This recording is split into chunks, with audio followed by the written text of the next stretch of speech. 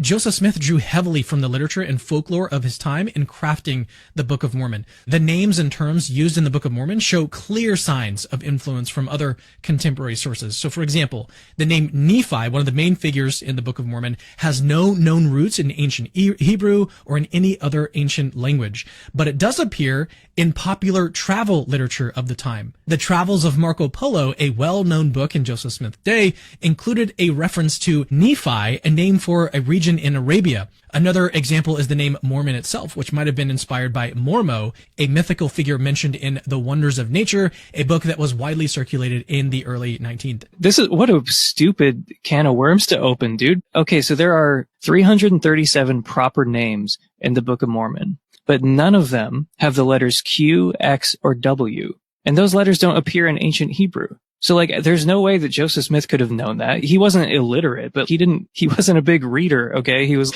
an uneducated farm boy who came from a super poor family. And according to his mom, he was the least educated of her children. So in the Book of Mormon, which I'm making up when I give 337 proper names, make sure not to use those letters. Okay, that's some literary evidence for the Book of Mormon. You can just believe that Joseph Smith is the luckiest guesser of all time, and he just luckily never used any of those letters. But also just undiscovered names in the Book of Mormon. There are a dozen Hebrew names that sound like literal gibberish. I would have just assumed that Joseph Smith is just making up Hebrew sounding gibberish.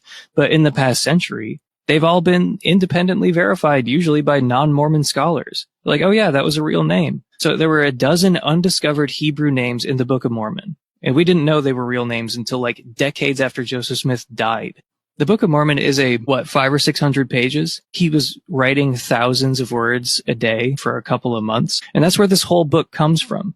And just the idea that he, just by chance, he just made up a bunch of Hebrew sounding gibberish. Oh, and it turns out those are all real names that we didn't know about until decades after this guy died. Oh, and when you gave those 337 proper names, you luckily, just by chance, never used letters that don't appear in the ancient Hebrew alphabet. Why would Cameron bring up names, Hebrew names of the Book of Mormon? Wow, devastating evidence against Mormonism, because I proved that there's a similar book, there's a similar name, Mormo, which is kind of like Mormon. That's in a book that we don't know that Joseph Smith read. He didn't own it or anything, but it existed at the time. Maybe he did read it, and maybe he added the N, and then that's how he got the name Mormon. Okay, what's more compelling? The stupid shit Cameron just said, or what I just mentioned about the proper names and about the dozen undiscovered names? How could an objective person seriously think that this is a serious problem for Mormonism as opposed to evidence for the Book of Mormon?